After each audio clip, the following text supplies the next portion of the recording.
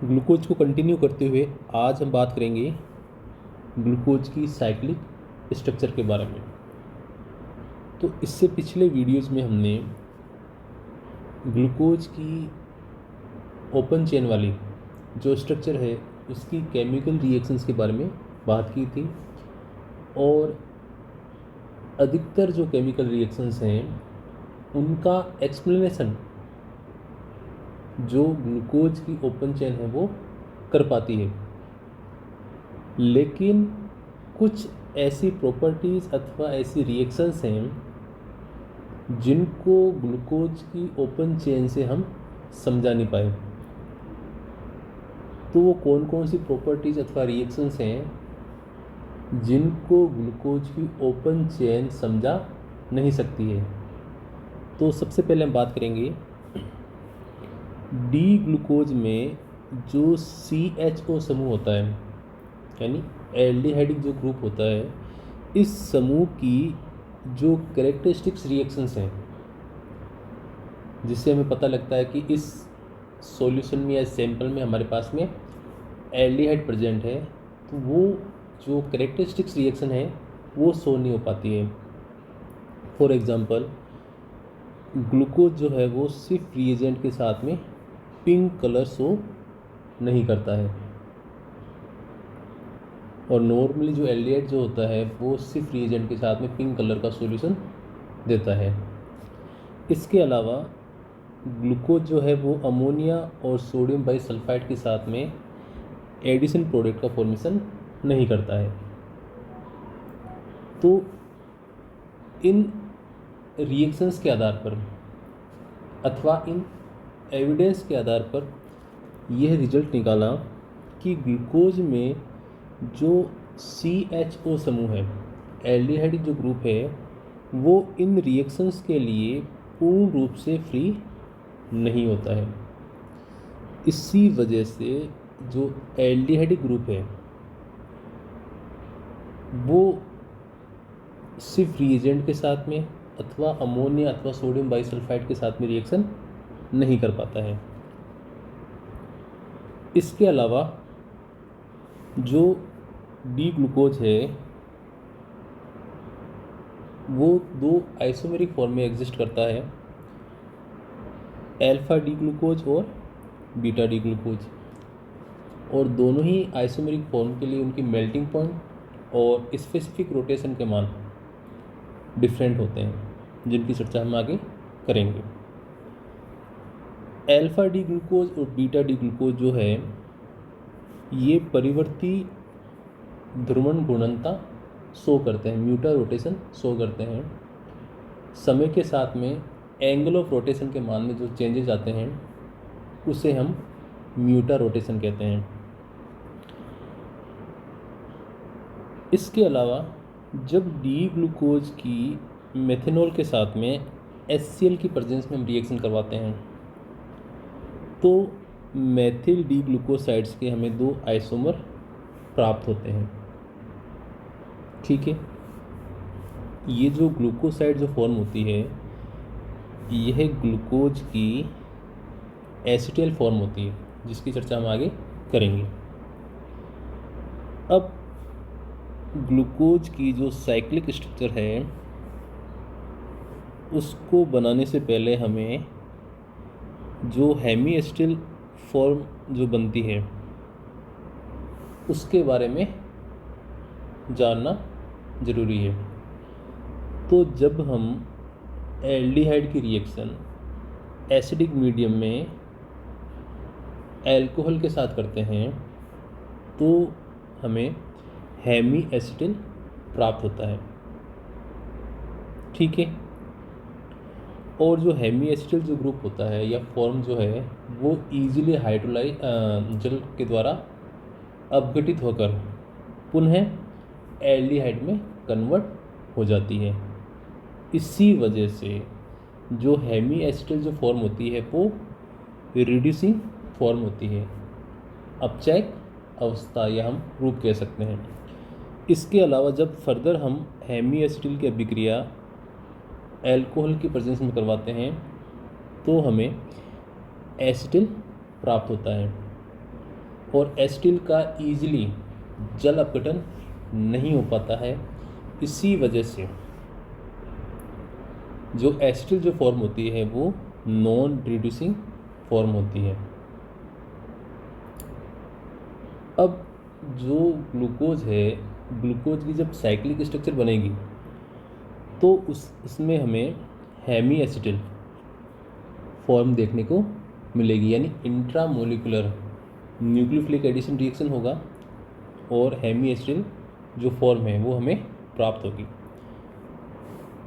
अब किस प्रकार ग्लूकोज की हम साइक्लिक स्ट्रक्चर को ड्रॉ करें, तो उसका सबसे सिंपल तरीका यह है कि आप जो ग्लूकोज की ओपन चेन है उसमें जो ओरिएंटेशन है वो आप याद कर लो, ठीक है। तो ये ओरिएंटेशन हमें ध्यान रखना है। अब क्या करना है, जो कार्बन संख्या 1, 2, 3, 4, 5 और 6, तो इसमें कार्बन संख्या 1 और कार्बन संख्या 5 पे जो OH ग्रुप है इनके बीच में न्यूक्लियोफिलिक एडिशन रिएक्शन होगी और हेमी एसिटिल का फॉर्मेशन होगा। अब जो कार्बन संख्या 1 है, इस कार्बन पे हमें जो OH ग्रुप है इसका ओरिएंटेशन हमें डिफरेंट देखने को मिलेगा। तो यदि OH जो है वो राइट हैंड साइड में है तो इस फॉर्म को हम बोलेंगे अल्फा डी ग्लूकोज, और यदि OH का ओरिएंटेशन यदि लेफ्ट हैंड साइड में है तो हम इसे बोलेंगे बीटा डी ग्लूकोज। तो जो कार्बन संख्या 1 है इस कार्बन को हम बोलेंगे एनोमेरिक कार्बन,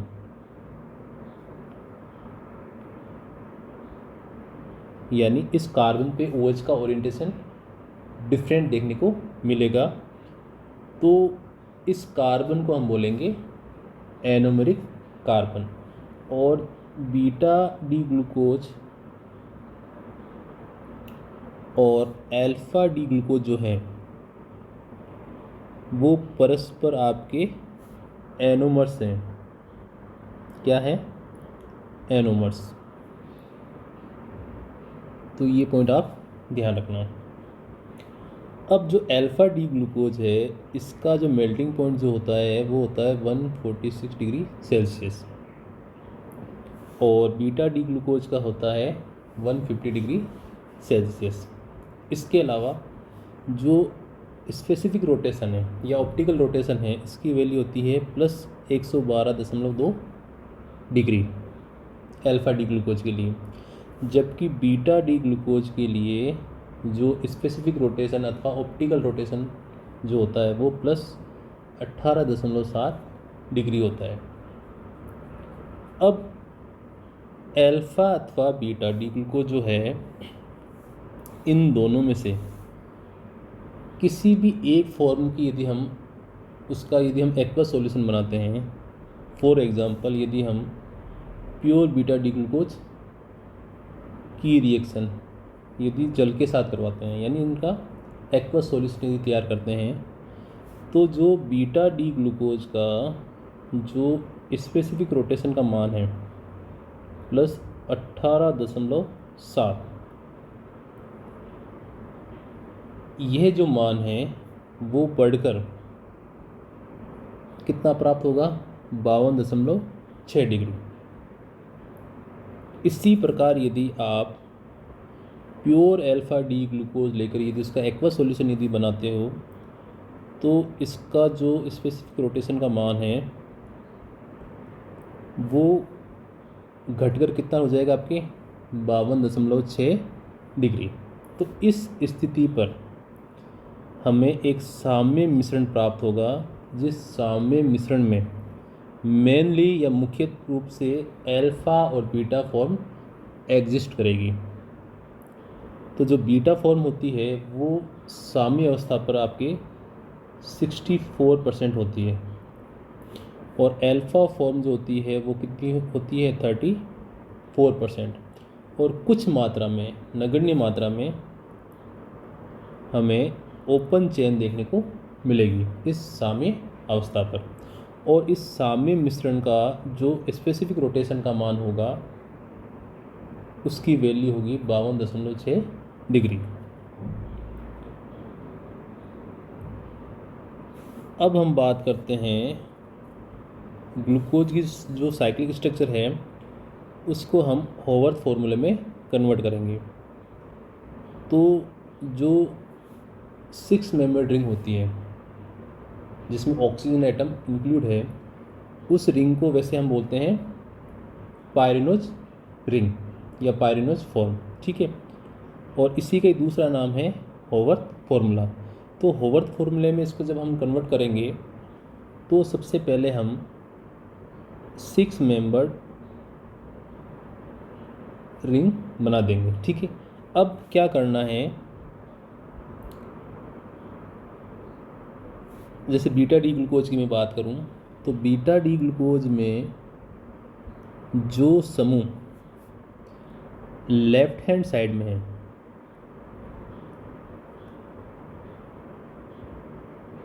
और इस वाले कार्बन पे आप ध्यान रखना, जो CH2OH ग्रुप है वो रोटेट हो जाएगा, ठीक है। यानी CH2OH ग्रुप को हमें जो प्लेन है उस प्लेन के ऊपर की तरफ रखना है। यानी जो ग्रुप लेफ्ट हैंड साइड में है उन ग्रुप्स को हमें प्लेन के ऊपर की ओर रखना है, इस प्रकार से OH H OH H। और जो CH2OH ग्रुप है उसका ओरिएंटेशन हमेशा प्लेन से ऊपर की ओर रहेगा। तो ये जो फॉर्म हमने बनाई है जिसमें जो कार्बन संख्या 1 है यानी एनोमेरिक कार्बन है उसमें OH का जो ओरिएंटेशन है वो ऊपर की ओर है, तो इस फॉर्म को हम बोलेंगे बीटा डी ग्लूको पायरेनोज फॉर्म, ठीक है। और यदि OH का ओरिएंटेशन यदि नीचे की ओर है तो यह जो फॉर्म है वो कहलाएगी आपके अल्फा डी ग्लूको पायरेनोज फॉर्म। तो ये तो हमने बात की होवर्थ फॉर्मूले की। अब यदि इसको चेयर कन्फर्मेशन में चेंज करना है तो जब बीटा डी ग्लूको पायरेनोज को आप ड्रॉ करोगे तो जितने भी OH ग्रुप हैं वो सभी के सभी आपको इक्वेटोरियल स्थिति पे रखने हैं। इसके अलावा जो CH2OH ग्रुप है वो इक्वेटोरियल स्थिति पे ही रहेगा। और जब इसका आप अल्फा फॉर्म जो है वो ड्रॉ करोगे तो OH का जो विन्यास है वो एक्सियल हो जाएगा, ठीक है। क्योंकि जो बीटा फॉर्म है वो अल्फा की तुलना में ज़्यादा स्टेबल है, क्योंकि जो बड़े या लार्ज ग्रुप है वो सारे के सारे आपके कहाँ हैं, इक्वेटोरियल स्थिति पे हैं, ठीक है, ग्लूकोज के केस में। अब यहाँ पर मैंने कुछ लाइंस लिख रखी है कि alpha beta D glucose hemiacetal जो फॉर्म होती है, अल्फ़ा और बीटा जो ग्लूकोज है उसकी जो हेमी एसिटिल जो फॉर्म है वो जल के द्वारा आसानी से जल अपघटित हो जाते हैं। जली विलयन में एनोमर्स यानी अल्फ़ा डी ग्लूकोज और बीटा डी ग्लूकोज की बात कर रहा हूँ, ओपन चेन के माध्यम से एक साम्य अवस्था वाले जो मिश्रण हैं उसमें इंटरचेंज होते रहते हैं, जिसमें दोनों साइक्लिक आइसोमर प्रेजेंट होते हैं, जिसकी चर्चा अभी हमने की थी। इस प्रकार हेमी एसिटिल वलय के शीघ्रता से खुलने और बंद होने के कारण म्यूटा रोटेशन हमें देखने को मिलेगा, ठीक है, जैसे कि अभी हमने बात की थी यहाँ पर। तो जब हम इसका एक्वस सॉल्यूशन बनाते हैं तो एक्वस सॉल्यूशन में जो साम्य मिश्रण बनता है और साम्य मिश्रण का जो स्पेसिफिक रोटेशन का मान होता है वो कितना होता है, 52.6। तो इसमें क्या होता है, जो बीटा डी ग्लूकोज है वो ओपन चेन के माध्यम से अल्फ़ा डी ग्लूकोज में कन्वर्ट होती है। इसी प्रकार अल्फ़ा डी ग्लूकोज जो है वो ओपन चेन के माध्यम से बीटा डी ग्लूकोज में कन्वर्ट होती है। तो इसके साथ ही जो इनके स्पेसिफिक रोटेशन के मान हैं वो भी क्या होते हैं, चेंज। तो समय के साथ स्पेसिफिक रोटेशन अथवा ऑप्टिकल रोटेशन के मान में जो ये चेंजेज आ रहे हैं, ये परिवर्तन जो हमें देखने को मिलेगा, यही आपकी म्यूटा रोटेशन कहलाएगा।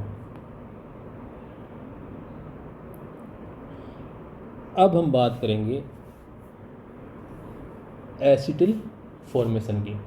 तो अभी तक जो भी हमने कहानी पढ़ी वो हेमी एसिटिल के बारे में पढ़ी, और हेमी एसिटिल जो फॉर्म होती है उसके बारे में हमने पहले ही पढ़ लिया, वो रिड्यूसिंग नेचर की होती है, क्योंकि हेमी एसिटिल जो फॉर्म है वो ईजिली वापस किस में कन्वर्ट हो जाती है, एल्डिहाइडिक ग्रुप में। और एल्डिहाइडिक ग्रुप में यदि कन्वर्ट हो गई तो वो टोलेन रिएजेंट के साथ में या फेलिंग सॉल्यूशन के साथ में उसके साथ में रिएक्शन कर देती है। इसी वजह से वो जो फॉर्म है, कौन सी, हेमी एसिटिल जो फॉर्म है वो रिड्यूसिंग फॉर्म कहलाती है। अब जब हम जो बीटा डी ग्लूकोज है अथवा अल्फा डी ग्लूकोज है उसकी रिएक्शन जब एसिडिक मीडियम में मिथेनॉल के साथ करवाते हैं तो हमें मेथिल ग्लूकोसाइड के 2 आइसोमर प्राप्त होते हैं, मेथिल बीटा डी ग्लूकोसाइड और मेथिल अल्फा डी ग्लूकोसाइड। तो ये जो ग्लूकोसाइड जो फॉर्म बन रही है वो ग्लूकोज का एसिटिल फॉर्म है, यानी ग्लूकोज की एसिटिल फॉर्म को हम क्या बोलेंगे, ग्लूकोसाइड। टोलेन रिएजेंट केवल शर्करा की ओपन चेन के साथ में रिएक्शन करता है जिसमें फ्री एल्डिहाइड और कीटोन समूह प्रेजेंट होते हैं। यदि साइक्लिक ग्रुप ओपन नहीं हो पाती है तो जो मुक्त कार्बोनिल समूह है उसकी एब्सेंस के कारण, उसकी अनुपस्थिति के कारण जो शर्करा है वो टोलेन रिएजेंट के साथ में रिएक्शन नहीं कर पाएगी। हेमी एसिटिल आसानी से ओपन हो जाती है, किंतु जो एसिटिल फॉर्म है वो उदासीन और बेसिक मीडियम में स्टेबल रहती है। इसी वजह से एसिटिल में रिंग ओपनिंग नहीं होने के कारण जो शर्करा है वो टोलेन रिएजेंट के साथ में नेगेटिव टेस्ट प्रदान करती है। अब यहाँ पर इसका मैंने मैकेनिज्म बना रखा है। तो सबसे पहले जो एनोमेरिक कार्बन पे जो OH है इसका प्रोटोनेशन होगा, फिर यहाँ से इस H2O का क्या हो जाएगा, as a H2O plus form की फॉर्म में एलिमिनेशन हो जाएगा, ऑक्सोनियम आयन बनेगा। और ये जो मिथेनॉल है वो इक्वेटोरियल अथवा एक्सियल पोजीशन से इस कार्बन पे क्या करेगा, अटैक करेगा। तो हमें 2 आइसोमर प्राप्त होंगे, बीटा ग्लूकोसाइड वाला और अल्फा ग्लूकोसाइड वाला। तो यह हमने चर्चा की ग्लूकोज की साइक्लिक स्ट्रक्चर के बारे में।